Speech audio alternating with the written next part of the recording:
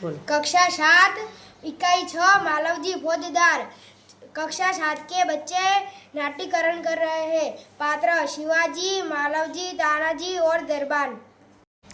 एक सुसज्जित कमरे में शिवाजी एक पलंग पर सो रहे हैं। सामने भवानी का चित्र लटक रहा है। पास ही किशोर आयु का मालवजी हाथ में नंगी तलवार लिए हुए शिवाजी की हत्या करने के लिए तत्पर है। शिवाजी एक भयानक स्वप्न देखकर अचानक आंखें मलते उठते हैं और मालवजी उन पर वार करता है। पीछे से तानाजी आकर उनका हाथ पकड़ लेता है। शिवाजी प्रेम भरी दृष्टि से तानाजी की ओर देखते हैं। तुम कौन हो बस? मेरा नाम मालवजी है। मालवजी, जानते हो इस अपराध के लिए तुम्हें क्या दंड भरना होगा? मृत्यु। मृत्यु दंड पाने से तुमको मुझे एक बात बतानी होगी। वह क्या? तुम्हारी बातों में ढाल चाल नहीं होगी क्या कि तुम वीर पुत्र हो, सत्यवादी हो? तुम्हारी बातों में झूठ नहीं बोलेंगे। जो बात सत्य है उसे मैं अवश्य बता दूंगा। उसमें छिपाने की क्या बात है? मुझे मारकर क्या समाज मालिक बनना चाहते हैं? नहीं। क्या मैंने कोई हानि पहुंचाने की चेष्टा की थी? महाराज, यह सब कुछ नहीं।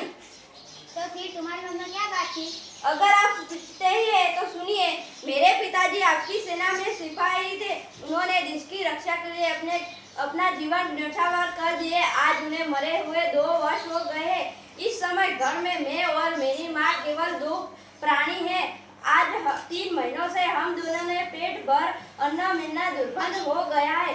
संसार में मनुष्य सब कुछ सहन कर लेता है, लेकिन पेट की भूख सहन नहीं कर सकता। इसी विचार में बैठा था कि आपके ही एक सैनिक ने आकर कहा कि अगर तुम शिवाजी का वध कर दो तो मैं तुम्हें धन दूंगा। महाराज, इसी लालच में आकर मैं आपकी हत्या करने के लिए चला आया, किंतु उसी समय आपकी आंख खुल गई। जब तुम्हें ऐसा करता तुम क्या मेरे पास क्यों नहीं आए? महाराज, मेरे आने की क्या आवश्यकता थी?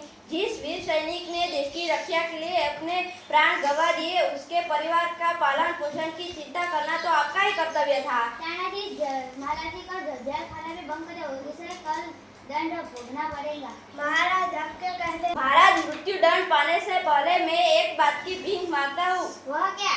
मरने से पहले मैं अपनी पूज्य माता जी का एक बार दर्शन करना चाहता हूँ। यदि तुम अपने माता के दर्शन कर नहीं लगे तो? मैं वीर पुत्र हूँ, झूठ बोलकर मृत्यु से बचना नहीं चाहता। मैं प्रतिज्ञा करता हूँ कि मैं माता जी का दर्शन करके अवश्य जल्दी लौट आऊंगा। वो अच्छा है, जाओ, यही देखना है। वो इस बालक का बेटा कुछ भरी है। इस बताना कि तुम्हारी क्या राय है? महाराज, आप क्या कहते हैं? मैं तो इंसान की वीरता और साहस पर मुक्त हूँ। जानते हो इस बालक को व्यवहार क्या करूँगा? नहीं महाराज, मैं इसकी परीक्षा लेने का आपके साथ गया धन्य है। नाटक का दूसरा दृश्य। शान शिवाजी के दुर्ग का कमरा, दोपहर का समय। न जाने इस बालक के हृदय में मेरा प्रेम उड़ रहा है। जब वह बालक मेरे सामने से गया, उस बारे में सोच रहा हूँ। महाराज, यह उसकी वीरता और साहस्य का फल है, में कोई संदेह नहीं। महाराज, आपसे एक बालक मिलना चाहता है। उसे बुलाओ। महाराज, आपका अपराधी मृत्यु दंड पाने के लिए उपस्थित है। तो वीर पुत्र, तुम इतनी जल्दी क्यों आए? महाराज, मैं आपसे विदा होकर घर पहुंचा। माता बड़ी देर से मेरी प्रतीक्षा कर रही थी। देखते ही उसने मुझे छाती से लगा लिया।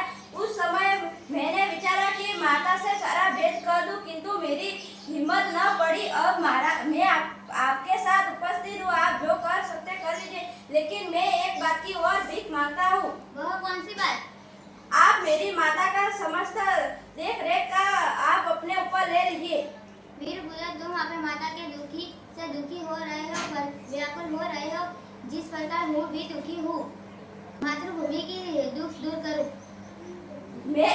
महाराज, यह शरीर आपका है। आपने मुझे जीवन दान दिया है। मैं प्रतिज्ञा करता हूँ कि जब तक इस शरीर में जान है तब तक मातृभूमि की सेवा में पीछे न हटूंगा।